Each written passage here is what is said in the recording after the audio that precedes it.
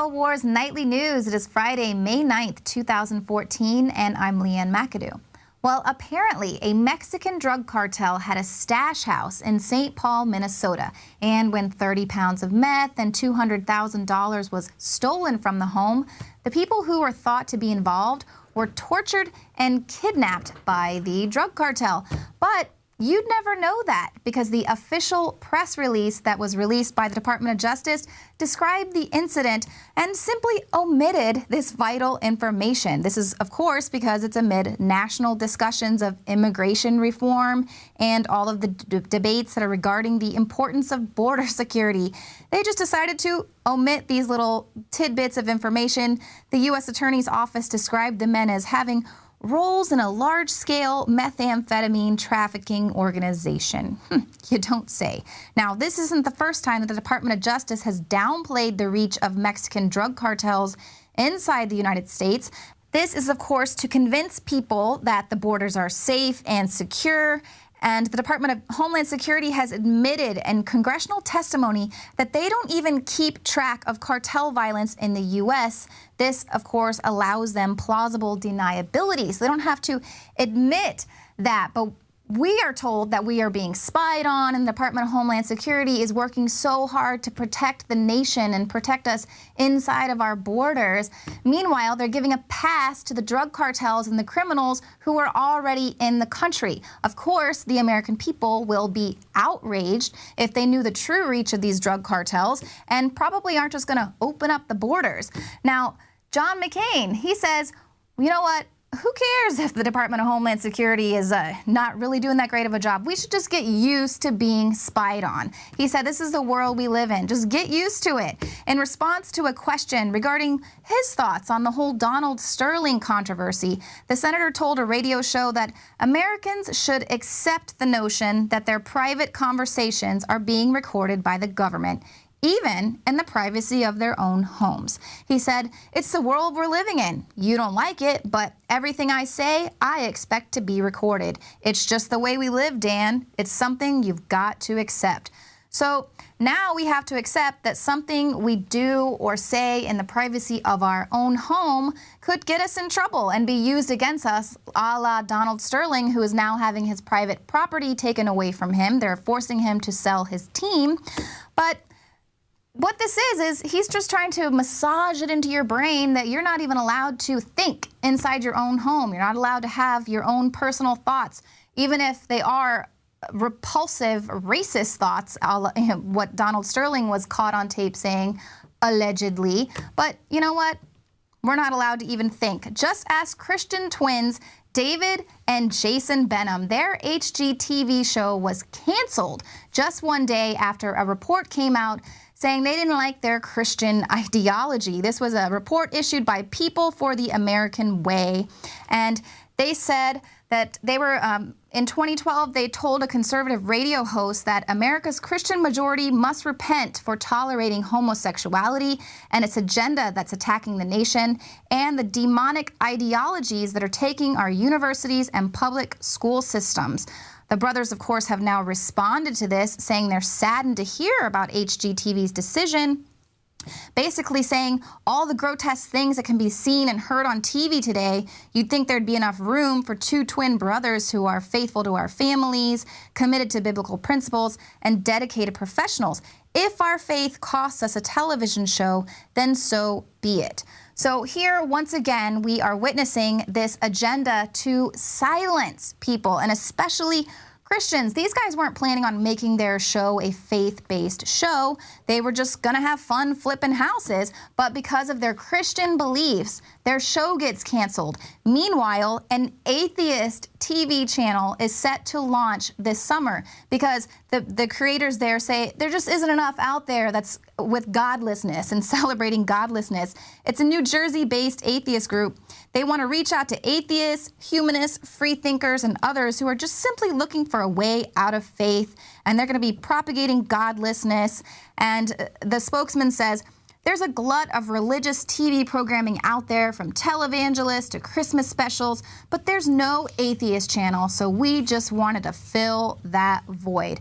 Now, I really do not know what these guys are talking about, because you can flip to any channel on the television. If you have 500 cable channels, you can have even more immorality and godlessness in your face. I really don't know what this guy is speaking about. And the twins are absolutely right. There is a whole demonic ideology that is taking the university and the public school systems by storm. Just ask Harvard. They are planning to hold a satanic black mass reenactment on Monday as part of their cultural studies. Now, the mass will be performed by the Satanic Temple, and they're going to provide narration on the academic and historical aspects of a satanic mass. Now, the Satanic Temple is the same group that is going to be having that statue of the kid-friendly Baphomet installed on the grounds of the Oklahoma State Capitol. But the temple leader says, hey, don't worry, the host of the mass won't be consecrated because they neither believe in nor invoke the supernatural. They're saying it's just a representation of a satanic ritual as part of a student-led effort to explore different cultures. See, so if you want to worship Satan, or if you want to go sit on Baphomet's lap, that's fine, because there is freedom of religion, unless your religion is Christianity. Then you need to keep your mouth shut. Now, apparently it's gotten so bad, a number of Catholics in Rome are saying that the decline of the religion in the West has gotten so bad, it's plaguing people. They're creating this rise in the black magic and the occult, and they're now training more exorcists. They're going to be a 6-day meeting in Rome to train about 200 Roman Catholic priests from more than 30 countries. They'll be training them in how to cast out evil from people who believe themselves to be enthralled to the devil because of the increasing number of lay people tempted to dabble in black magic, paganism, and the occult. So now they are going to be pushing this because there's just so much godlessness in the world, and people are just going crazy. It's so in your face. I'm going to be doing a more in-depth report on just how in your face it is. That'll be coming out on Monday, but it is truly sickening to see what all is out there and how immoral things have gotten, and how it's being promoted by the Illuminati mainstream media as just this wonderful and innovative new technology that we should all just embrace. It's the world we live in now, right, John McCain? Now, it's not just going to be Christians who are facing persecution currently. The FBI is also coming after all of those Bundy supporters. They said anyone of those patriots out there who were supporting Cliven Bundy, they've launched an investigation into the alleged death threats, intimidation, and possible weapons violation. The police said they feared for their lives that day because of the assembled firepower and because many in the crowd had pointed weapons at officers, taunted them, and told them that they should be ready to die. Now, forget the fact that we have video of the cops tasering people, pushing down an older woman, kicking people, sicking their dogs on them. They were the aggressors in that. It's on video. They were telling the people to stay where they were or they would shoot them. We will shoot you. I mean, all of that is caught on video. They were the ones making the death threats. So it's just totally Orwellian, but it is not the time to back down. You got to continue standing up to this intimidation. File complaints of your own. You can find the link where Bundy is filing some complaints of his own. That's up at Infowars in one of our articles. But basically, we just can't allow the police to engage in their scare tactics and their abuse. And now the FBI is going to try and intimidate people as well. But even people in the town, they went to the council meetings there, and they all were in support of Cliven Bundy and all of his supporters. They said that if local law enforcement officers had been performing their duties, the militia wouldn't have been needed. Now, coming up later in the show, David Knight is going to be speaking with a former police officer turned attorney. He was so fed up without being able to get anything done inside the system that he went outside of the system, and now he is going to be using the law to check law enforcement. That's coming up right after this.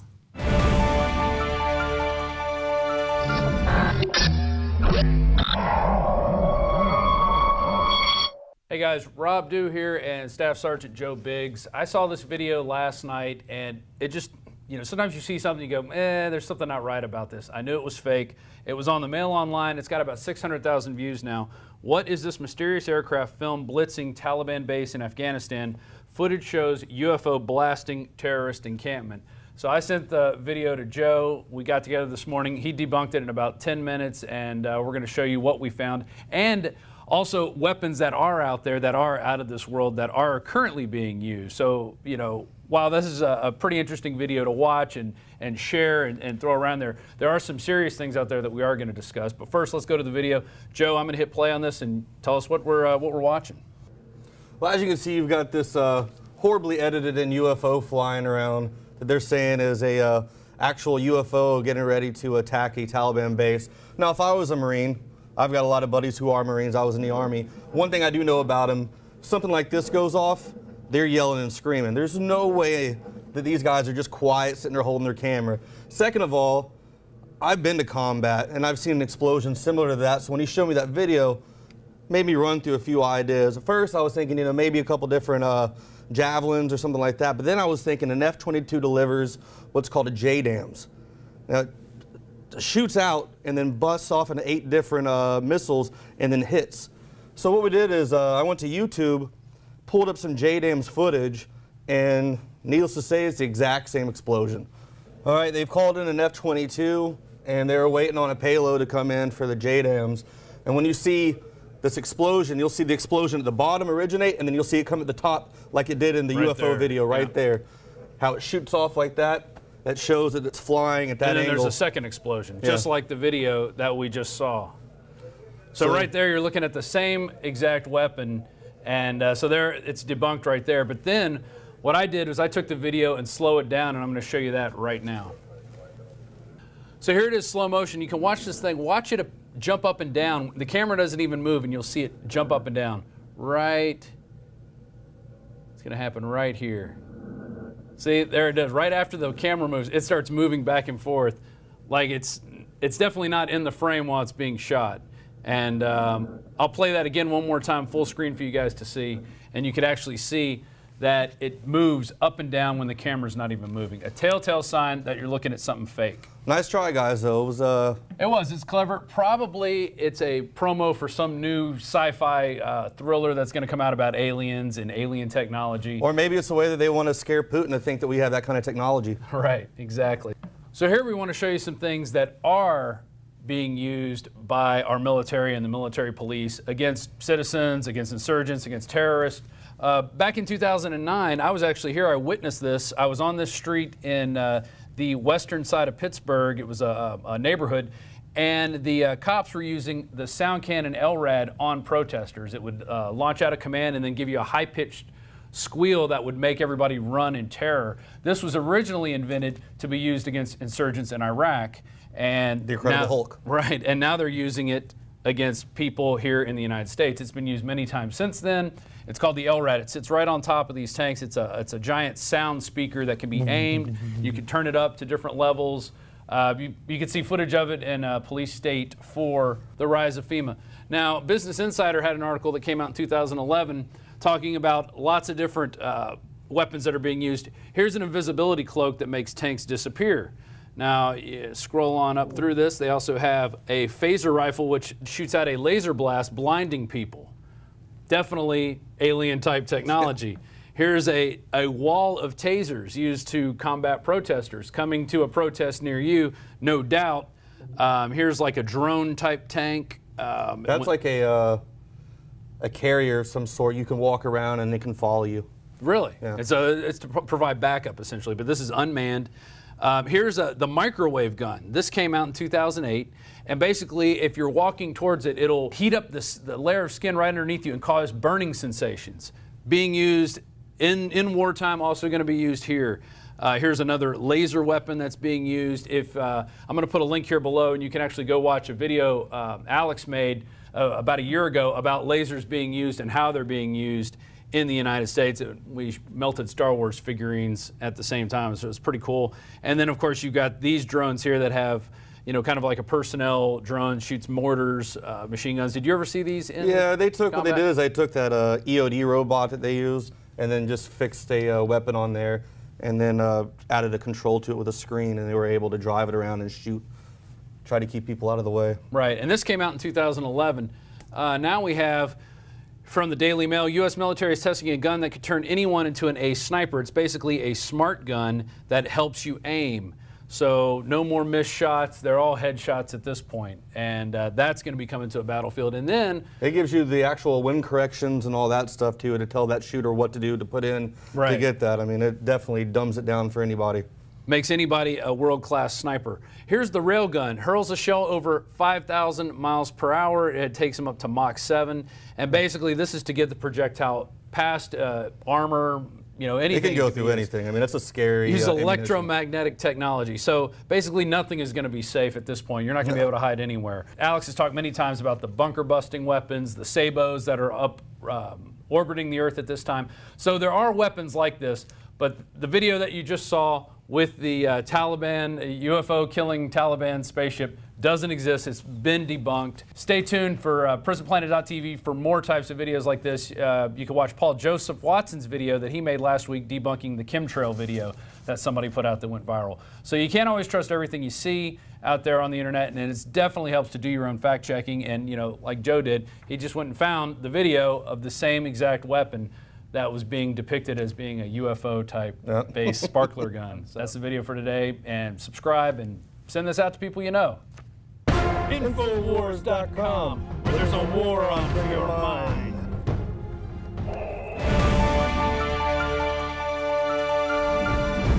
We've talked a lot this week about what's going on in Albuquerque. Now, of course, they reached national attention because of the execution of a homeless man about 5 or 6 weeks ago. In the interim, there have been several more fatal shootings by the police department. And we have 2 former officers from the Albuquerque Police Department here tonight to talk about the attitude there. We have former police officer John Doyle and former police sergeant Thomas Grover, who is now working to become a civil rights attorney to fight from the outside and try to accomplish what he couldn't on the inside. As he told me, he doesn't like bullies, and he's going to do something about it as a lawyer that he couldn't do as a police officer. Welcome, gentlemen. Thank you so much for joining us. Thomas Grover, former sergeant with the Albuquerque Police Department, and John Doyle, former police officer there. We've had so many incidents throughout the country of the police completely changing their attitude toward the public.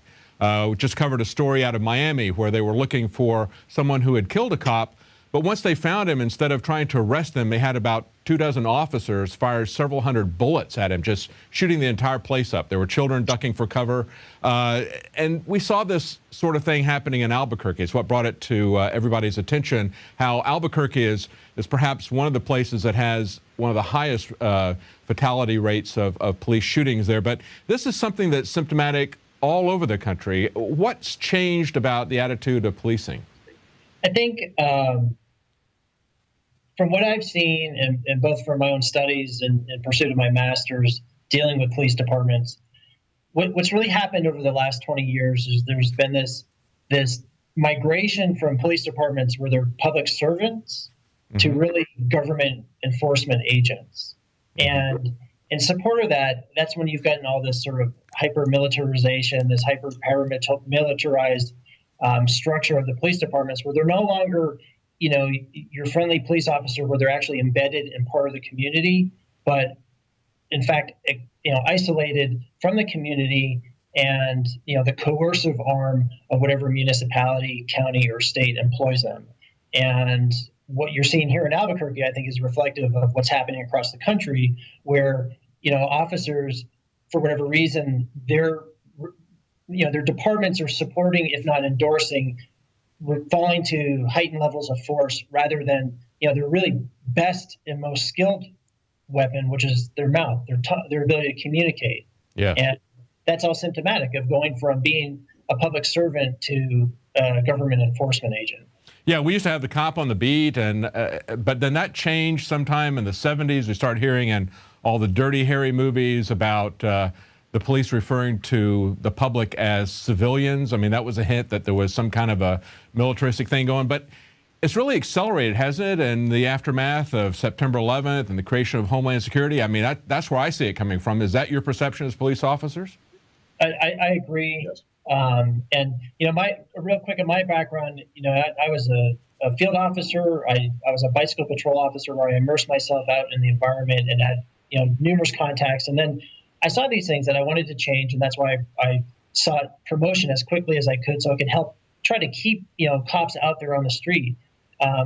You know, John was one that I worked with, and he is your archetypal, you know, patrol officer who's out there and knows everybody and everything in his beat and really practice policing in the truest, most traditional way that it should have been.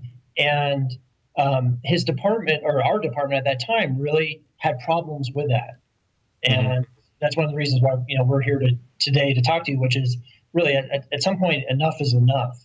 Yeah, and there's been this attitude amongst the public that, you know, that's the way that the police really are, that they're there as kind of security guards, as peace officers. And I think for the most part, they're really surprised and taken off guard when they see, like we just saw in Texas, a 93-year-old individual killed by the police because he was carrying a gun. I mean, it's absolutely insane what we're seeing here. But let's talk about some of the specifics there, because in New Mexico, you just recently had the police academy, the state police academy, institute a shoot first training procedure. Is that correct? I'm not specific. I don't have the specific details on what their use of force policy is. Although I do know that they've departed from the traditional model that they've been using throughout the state, which is the reactive control model, which is, you know, an officer's actions are predicated upon, you know, the citizen or the suspect or the other person's actions first. Mm-hmm.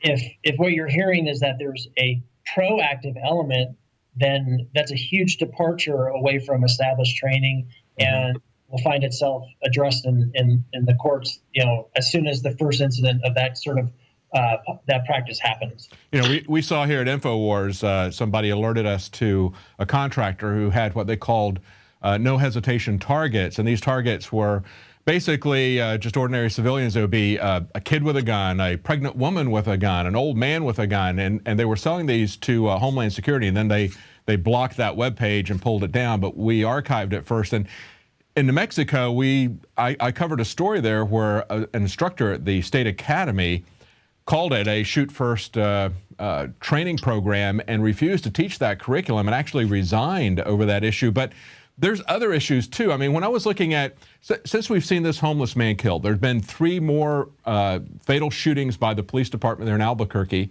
One of those was a 19-year-old girl, Mary Hawks. They were looking for a stolen vehicle, which led them to a trailer park. And at 5 in the morning, they cordoned off the area, announced that they were going to be releasing dogs. Is that what they would typically have done in your tenure there, Officer Doyle? I haven't asked you a question yet. What is that standard procedure, or is that something new?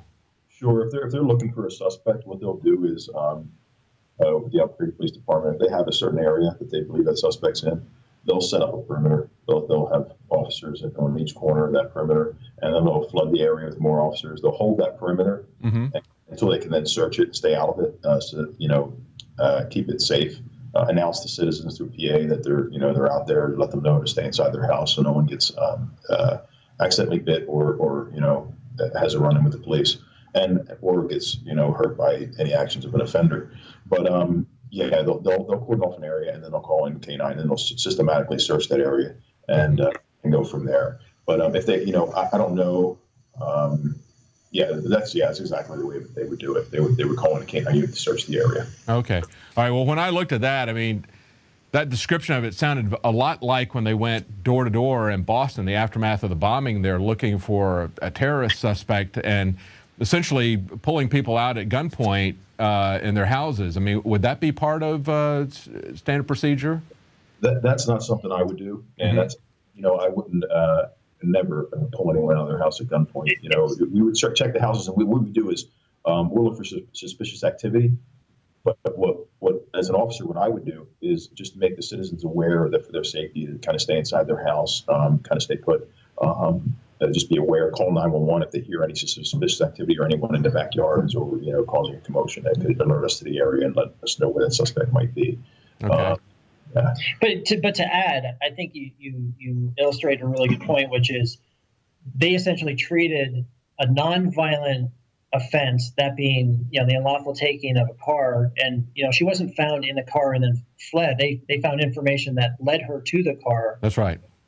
So we had a nonviolent offense, yet they treated it in a manner consistent with what happened in Boston with a large scale act of terrorism. To treat all things the same like that, I don't think that's how we want our departments to operate. I really don't. Exactly. I would agree with you. And I saw some footage of her fleeing through a parking lot where they had surveillance cameras. Now, what happened, for those who don't know the case, she fled out of the trailer park. They pursued her, and then an officer said that she pulled a gun on him, and he shot and killed her. Now, when I saw her running, I mean, she looked, as a young girl, she's panicked, she's running with both hands. I mean, she didn't look like she was carrying anything or trying to keep something on her. Now, the interesting thing about that is that he had cameras that he did not use, because I guess, when they had that video footage of the homeless man shot, I guess a lot of them maybe thought twice about whether or not they wanted to use their cameras. But if she did, in fact, pull a gun on him, those specific cameras, once he activated it, would have gone back with a 30-second buffer, so he could have protected himself and proven that she really did have a gun. Is that correct? Yes. Yep. So, yeah, and that kind of brings up the whole issue of the corruption that's there, because there's a lot of investigation going on with the former police chief about this contract with Taser for these specific cameras, the Axon cameras. Is that correct? Yeah, those cameras weren't considered the top in Consumer Reports, the Axon cameras. Now Tom explain. Tom knows a lot. There is, my understanding is that there's a multifaceted investigation going on regarding the former chief's conduct with Taser, and that the selection of that particular product isn't exactly consistent with his representations, it was the only product out there. There's been publication by the Department of Homeland Security, by the Federal Bureau of Investigation, that show there's as many as 10 different vendors providing officer-worn digital video recording equipment. So it's an unfolding investigation, and my understanding is that at the earliest we're going to hear something in June about where they're taking it, but it is ongoing. Let me hang right there, because I haven't been able to get to this case of Mary Hahn yet, and we're out of time, but I want to continue this interview after the end of the program. We'll have that online for everybody. Stay with us. Right after the break, we're going to talk a little bit more about the corruption, and then we're going to talk about a suspicious murder case of a civil rights attorney in Albuquerque. Well, I wanted to continue this interview because there's so much to talk about what's going on in Albuquerque. As we mentioned, it's symptomatic of so many things that are happening throughout the country in police departments. It's not just the attitude toward the public, it's not just the corruption, but as we see in the murder of a very prominent civil rights attorney, there's a lot more than just escalated number of fatal shootings there. Now, just before the break, we were talking about the contract between Taser and the Albuquerque Police Department. The former police chief, before he left, he had a lot of contact with him, and some news media there in the area have looked at emails going back and forth. It looks like there may have been some unethical, inappropriate behavior, guarantees before he left the employ of the APD, while he was no longer police chief but still employed there, and then afterwards there may be some issues with that. But it's not just the cameras, is it? Isn't there some other no-bid contracts that were put in there by the Albuquerque Police Department? I think when you start looking at the vendors who have benefited or have any sort of contractual relationship with the city, with the department, whether it's armor that officers are issued or bought, whether it's weaponry, that being the Smith & Wesson M&Ps, or now the Glocks, because yesterday the department is now disallowing all officers from carrying out any personally owned weapons. So now Glock is going to get a big contract for outfitting the department with new pistols, whether it's rain gear or uniforms. The department has the ability to steer its personnel towards certain vendors to buy those products. And over the years, the department has been, fairly selective in who it sends, what gear is worn, and what vendor the officers are sent to regarding that equipment. So there are vendors that, because they carry a specific line of clothing or particular piece of equipment, that benefits substantially because you have 1,000 officers now going off to buy, a $250 jacket. And I think it parallels exactly what we've seen for decades with the military-industrial complex. You can very easily tailor your request for a proposal to something that makes this particular product over here the only one that fits that RFP. And then you've got a no-bid contract. We've seen it done with Halliburton, for example. I mean, you can do this over and over again. The military does this constantly. And I think that's a big part of what we're seeing now is the military-industrial complex moving into the surveillance state, to the police state, the militarization of the police. They see it as a major profit center. Just another element of that corruption. Now, one thing I want to talk to you about is the case of Mary Hahn, because this is someone that you knew personally, and we hear a lot about the number of shootings that are there. We've seen the attitude of the police change towards the public. We've seen questions of ethics and corruption with these no-bid contracts. But there's another aspect of this, too, and that is people who stand up to the system, a civil rights attorney like Mary Hahn, and what happened to her. Tell us a little bit, for those who are not in Albuquerque, tell us a little bit about Mary Hahn and why she was not liked by the APD.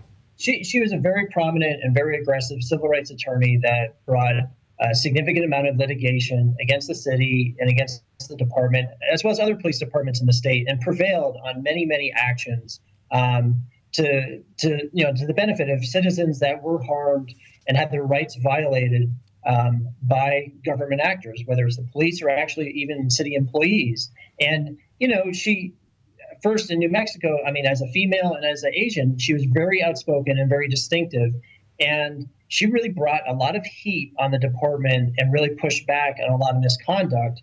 And in November of 2010, she was found deceased. And at her scene, it was flooded by 3 deputy chiefs, other lieutenants and captains. I mean, a completely departure from how a normal unattended suspicious death would be processed. So they flooded the scene, and in doing that, they precluded any reasonable investigation into it.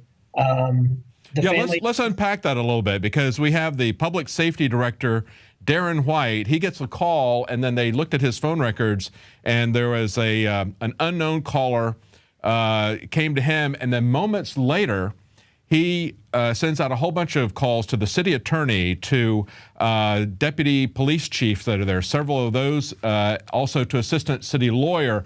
I mean, these are some of the most powerful people in law enforcement and in city government, and they all turn up at her house. And it's so many people that the guy that was there, the first responder, said that he'd never seen anything like that before. He said it was totally unprecedented. They totally destroyed the crime scene. Is that correct? That's correct. That's correct. And I mean, for anyone else, if they called the police because of, finding a coworker or a friend having passed away when they weren't expected to, because they didn't have an illness or have any problems going on, the response is from the ground up with your first responders. And then, the basic protocol is an unattended death is a suspicious death, and all suspicious deaths are processed until they're figured out what they are. Mm-hmm. You have a diminutive 100-pound Asian female, and in theory, she passed away from carbon monoxide poisoning, but they never did any investigation to support that declaration, which was made by a deputy chief that had by a captain at that time, that had no business being there, had no business inserting himself into the investigation whatsoever. And then you have the public safety director, the city attorney, you have public information officers, you have other deputy chiefs, and I'm told there's the allegation is that there's as much as 25 unauthorized personnel that flooded the scene. And one of these reports I saw here says the deputy chief of police, Feist, went to the house and removed all first responders. And then what happened was she had a couple of heirloom family pieces of jewelry that were valued at $100,000. They went missing. But talk about some of the anomalies of the crime scene. I understand her feet were she was on the driver's side where the steering wheel is, yet her feet were on the dashboard and she had a broken toe? The way she was positioned in the car, she was sort of crunched into the front seat. Both of her left feet were pushed up on the dashboard between the steering wheel and the door. There's indications that the door was slammed shut, and when it did so, it compressed her feet. So, when she went into rigor mortis, that impression is significant on her feet. So it's not as if someone relaxed and put themselves to sleep in the car. It shows compression. All the windows in the car are down. Now I've taken suicides or attempted suicides by vehicle emissions, and not only do they always have the windows up to keep the amount of air out, but there's usually a hose going from the exhaust into the cabin of the car. I mean, we have the exact opposite here. There's increased ventilation. Also, the car was not running and still had half a tank of gas, I understand. Exactly. And we're talking about a BMW that should have continued to run until it ran out of gas, but no, it still had fuel in it, and it had a dead battery. So, there are plenty of flags saying, wait a second, something's wrong here. But because of the actions by the brass of this department and those individuals that were leaders of the department and their absolute deliberate indifference, if not, conspiracy to make this happen, she gets written off as a suicide. And any homicide detective out there knows that if you want to cover up a murder, you stage it to look like a suicide. And that's what happened. Yeah, and the New Mexico Attorney General, Gary King, has said that he did not think that it was definitely a suicide. He was very wishy-washy about it. He says, I can't say that it was, the evidence does not definitively indicate that she took her own life. He wouldn't come out and say that it looked like she was murdered, although it clearly does look like she was murdered. Yes. Yes. Well, now, that was kind of a watershed moment for you, wasn't it, Thomas?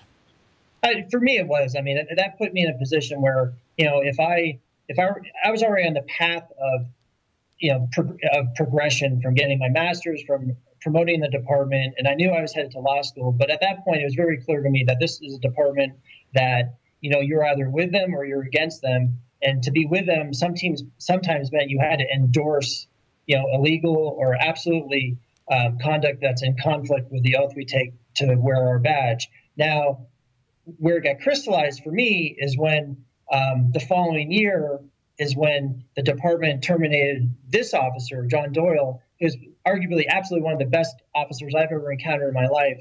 And, they went at him at a level that I never, ever, ever had seen in terms of the aggression to not only terminate his employment, to actually try to criminally indict him. And in the setting of all the things that I had seen and all the times they looked away, and all the pressure that I'd felt or had been pushed upon me to, not make waves, which that's what I would do. It's like, this is wrong. This either needs to stop or be fixed. I mean, that's what we do as cops. What happened to Officer Doyle? Tell us what happened. Our Officer Doyle, you tell us. Before I was terminated, there was a shooting where there was bulletins being put out about Aryan Brotherhood gang members who were threatening the Albuquerque Police Department. It was over like a year period, and just prior to that, in 2011, was this a shooting. It was a police-involved shooting where an alleged member of the Aryan Brotherhood was shot by the police. During that shooting, I was briefed, during numerous other encounters with other detectives and APD personnel in reference to other gang members, and namely one in particular was Nicholas Bloom, who was wanted for was a suspect in a murder that happened at a hotel where a girl was shot in the head. He was also wanted on warrants. I believe it was 2 warrants for it was home invasion. It was aggravated burglary, false imprisonment, kidnapping, stuff like that. So I was given a pretty good history on this guy and description of this guy and shown photos of this guy. So I knew he was a pretty bad guy. That, and besides what the officers were telling me about this guy, that he was kind of on a warpath. He was, he told the officers that, he was going to shoot the next cop that he encountered. So, we were kind of on a heightened awareness about this guy. And about a couple of days later, we run into him. He goes through an intersection at high rate of speed in front of us, and we get behind him. He pulls to the side of the road, and then right after that, he takes off again and winds up going in oncoming traffic for a few blocks, almost hits a few cars. It's about 8:20 at night. Turns, goes around behind a hotel, and it crashes into the back of the hotel. He's got an accomplice in the truck with him, and he's armed with a handgun. He bounces out of that truck and runs, and my partner goes in the foot pursuit and gets caught in the basement of Barcelona Suites, where he's apprehended by my partner. As he chases him, drops into the basement, about a 7-foot drop into the basement, and as he's running, he's reaching into his waistband, for a weapon. Mm-hmm. So as this progresses, I lose sight of my partner. He goes into the parking garage and tackles Nicholas Bloom as he's again reaching. I didn't see this because I was still seconds out.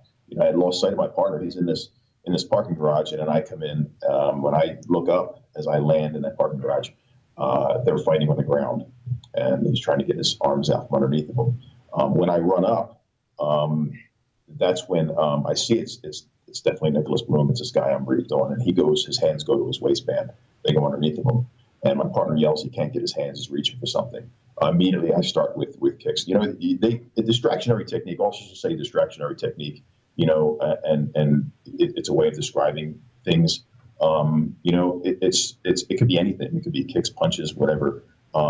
Technically, you'll describe distractionary kicks, but I use distractionary techniques, but I use kicks. I use kicks to force his hands out rather than going to deadly force. Mm-hmm. I used those strikes, and it was explained to the department. It was explained to my commander why I did that. They were fearing going to the ground with the subject.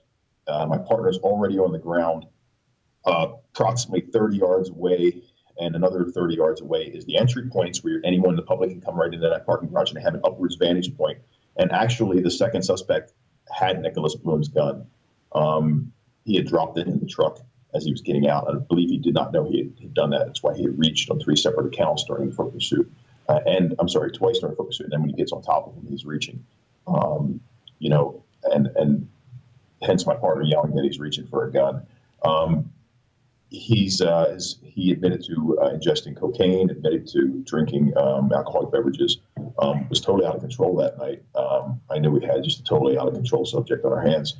I explained this to my commanders, and I myself went to the management to obtain the video footage that was subsequently released to the media, and to document my actions, to show what I had done. I had written my report as to what I had done, and I had then submitted that tape. Submitted my report.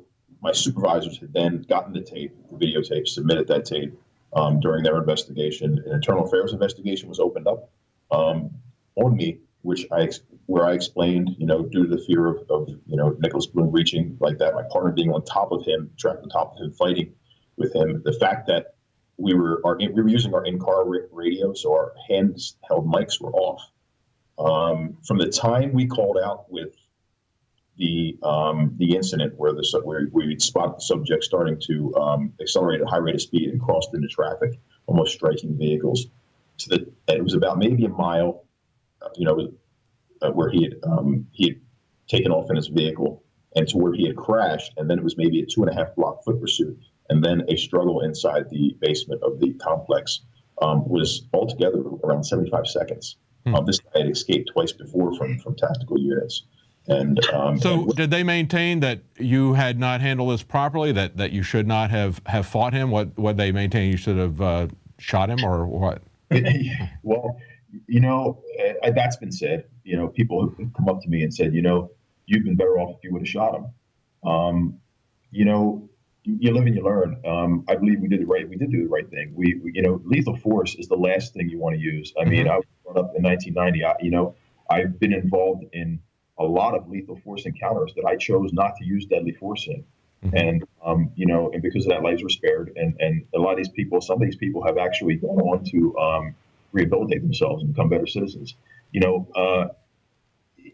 it's the last thing. It's the very last thing you want to use is deadly force. Yeah. I consider it a failure if there's other options, that present itself, and you have to take a life. Then again, sometimes you have to do it, but if you can avert it, you do. And as a police officer, that's your job. Yeah. And that night, and like I've said to other people, like I've said in other, people that I've talked to in interviews, that use of force looks horrible, no matter what it is. I never stepped away from that. I explained that, and we were an open book from the beginning of this. But when I submitted this, my commander looked at everything, and he said, yeah, he says, yeah, you're right. I told him the video, it looks bad. I said, but when I explained the circumstances surrounding it, what led up to it, what was going on, what was on my mind. After an investigation was conducted, there was no issue with this. My commander signed off justifying my use of force, justifying my actions, and it was sent up the chain.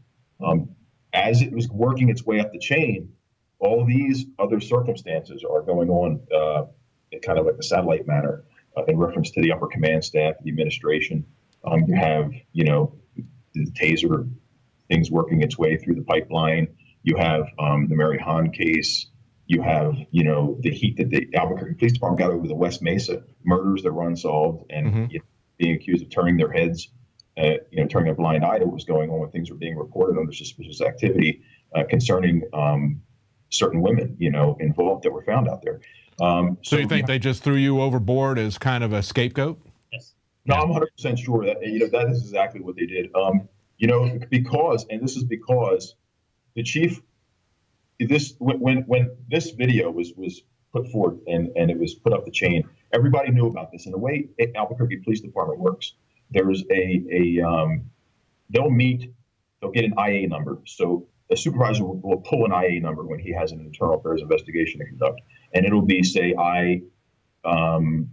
for the year, it'll be I-1-40. It'll be the year and the IA number. So, and then what they'll do is they'll assign that IA to the case, and then investigation is conducted. So they had an IA number, and the chief's advised every Monday. It's called Coffee with the Chief. They have the lieutenant has with the chief, and he briefs him on what comes in that week. And they tell them, hey, there's a video here. This is what happened with this, along with any other incidents that come in that they're going to investigate. So the chief knows about that, and he knew that there was an investigation coming up the pipeline. After it's concluded 3 months later, it's sent up the chain, and then I'm cleared by my commander, and then the chief calls to have me put on administrative leave, and he reassigns my partner onto administrative reassignment. And after that, the investigation, they open up another IA, and subsequently fire me based on that IA. And that's where down the line, they get caught lying at another hearing. At my LA board hearing, they get caught. The IA investigator confirms, actually, he does pretty much a 180 in his testimony, and justifies my use of force after he had said it was excessive at an administrative hearing. They came at me and my partner with everything they had. They advised us to take the Fifth Amendment. They advised us not to talk. They advised us not to give statements. If you don't give statements, you lose by default. You get fired. You get fired from the department if you don't give an IA. And as an investigator, if you have something, one investigator doesn't want to talk to his target. If you have your target and that's very strange. Well, we're almost out of time. Real quickly, what do you guys think, as people who have worked on the inside? You've seen the corruption, you've seen the excessive use of force there. What do we do? How do we move on this? What should we do, in your opinion, from somebody who's been on the inside? I think you have to accept that there are these issues going on, and that only happens when you have full transparency and sunlight on the department. There's not a doubt in my mind that the Albuquerque Police Department will have to be restructured to a point where you wouldn't even recognize it when they're done, and that's what's going to happen with the department. DOJ's report is on force with the department is really about a chapter in a much larger book, and it's those other chapters that this city and this department fought against the DOJ from coming in to keep them from doing their investigation. They treated Officer Doyle as if he had executed somebody on the street illegally, when in fact, he used intermediate force to effect an arrest. Where we're going from here is that, it's inevitable what's going to happen in this department is that it's going to be completely dismantled and restructured and reformed. The question is, how long is that going to take, and how brave and courageous is both the department personnel and the city leaders going to be to affect that change to restore the credibility and legitimacy this department has to have with the community. It's the largest department in the state. It's the largest city in the state, and it has it's really a role model for the rest of the state. And really, the longer that process takes, the worse off everyone's going to be. And right now, I haven't seen anything that suggests they're going to be brave or courageous to do what needs to be done. No, absolutely not. I mean, after the meeting on Monday night, the city council responded and said, we're going to increase security and we're going to come up with new rules to make sure you guys shut up. I mean, they're not even interested in any reform. And you talk about transparency. I mean, I can tell you that if I go down to the airport here and ask them about a policy question, the public information officers will stonewall us. Nobody from the top to the bottom of government anymore wants to even talk to the press, talk to the public. Everything is top secret. It's like they all work for the CIA, and frankly, I think they do, but it's absolutely crazy, the attitude that is pervasive in government, whether it's local government or the federal government anymore. Alex, it just comes back to being a human being. That's all these people want. You just treat them like a human being. And you think, how would you like to be treated? And, when you move away from, officer safety is an issue, but, public safety is an issue. The public needs to go home. It's the public first, and that's our job. That's what we're to do. And you're right, to retaliate against people for wanting to speak their mind, for wanting to be heard, it's just unacceptable. It's un-American. Yeah. Well, we'll be watching that, and thank you so much. I know you told me when we talked pre-interview, Officer Grover, that you got into this because you don't like bullies. That's something we all share, and I hope that you can have a big impact there as a lawyer, working, like you said, on the outside, trying to get something done that you couldn't get done on a system that doesn't want to be changed from the inside. I appreciate that. Thank you. Thank you so much, gentlemen. Thank you. Thank you. Well, as he said to me, it's almost as if they're trying to drive the good cops out of the system. That's exactly what they're trying to do. They're trying to create an adversarial relationship between the police and the public, getting the police to recognize this as occupied territory. Very dangerous. And we can only hope that there are many more people that are like these two officers that will stand up for what is right. Well, that's it for tonight. Please join us on Monday at 7 Central, 8 p.m. Eastern. You are watching the Infowars Nightly News, which airs 7 p.m. Central at InfoWarsNews.com. Members can share their passcodes with up to 11 other people, and your support is helping us defend liberty worldwide.